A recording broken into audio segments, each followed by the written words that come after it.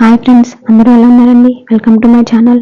Friends, ఈరోజు నేను మీకు చూపించబోయే డిష్ ఏంటంటే ఎగ్ మసాలా కర్రీ అండి. ఫ్రెండ్స్, ఇది చాలా బాగుంటుందండి, చాలా సింపుల్గా కూడా అయిపోతుంది. ఫ్రెండ్స్, నేను ముందుగానే 4 ఎగ్స్ని తీసుకొని వాటిని బాయిల్ చేసేసుకొని ఈ విధంగా పైన పొట్టు చేసుకొని పక్కన పెట్టేసుకున్నానండి. అలాగే మీడియం సైజ్ ఆనియన్స్ని నేను ఒక 5 తీసుకున్నాను. వాటిని ఇలాగ చిన్నగా కట్ చేసి పెట్టుకున్నాను. దాంట్లోకి 2 పచ్చిమిర్చి కూడా కట్ చేసి పెట్టుకున్నానండి. ఫ్రెండ్స్, మనం గుడ్డుని ఇలా ఉడకబెట్టేసిన తర్వాత ఇలాగా కొంచెం ఘాట్లు పెట్టుకోవాలండి. ఎందుకంటే మనం కర్రీ ప్రిపేర్ చేసేటప్పుడు మనం ఉప్పు, కారం, మసాలా అన్నీ గుడ్లోకి వెళ్ళి బాగుంటుందండి. చప్పగా ఉండకుండా మసాలాలు వెళ్ళి మనకి టేస్టీగా ఉంటుంది. అందుకని ఈ విధంగా మనం గుడ్లని ఘాట్లు పెట్టేసుకోవాలండి.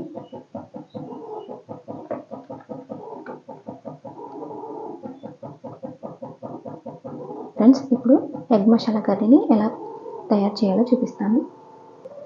ఫ్రెండ్స్, ఎగ్ కర్రీని ప్రిపేర్ చేసుకోవడానికి ఫస్ట్ నేను స్టవ్ ఆన్ చేసేసి కడాయి పెట్టేసి అందులోకి 2 స్పూన్ల వరకు ఆయిల్ వేసానండి. ఇప్పుడు మనం దీంట్లోకి 1/2 స్పూన్ దాకా పసుపుని వేసుకోవాలి.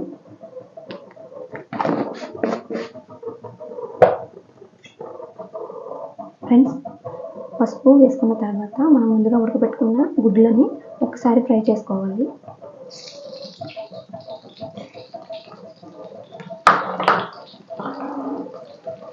ఫ్రెండ్స్, ఇలా ఫ్రై చేసుకోవడం వల్ల ఏంటంటే మనకి గుడ్డు ప్లెయిన్గా లేకుండా మంచిగా ఉంటుందండి.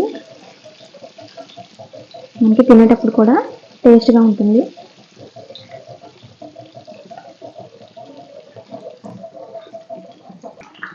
ఫ్రెండ్స్, చూడండి, ఎగ్ అనేది బాగా కొంచెం ఫ్రై అయింది కదండి. ఇప్పుడు మనం వీటిని ఒక బౌల్లోకి వేసేసుకోవాలి.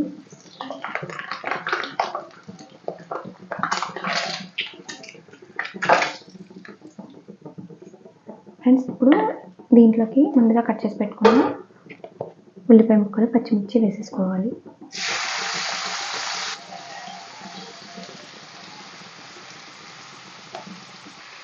ఫ్రెండ్స్, ఆనియన్స్ మగ్గడానికి మనం 1 స్పూన్ దాకా సాల్ట్ యాడ్ చేసుకోవాలి.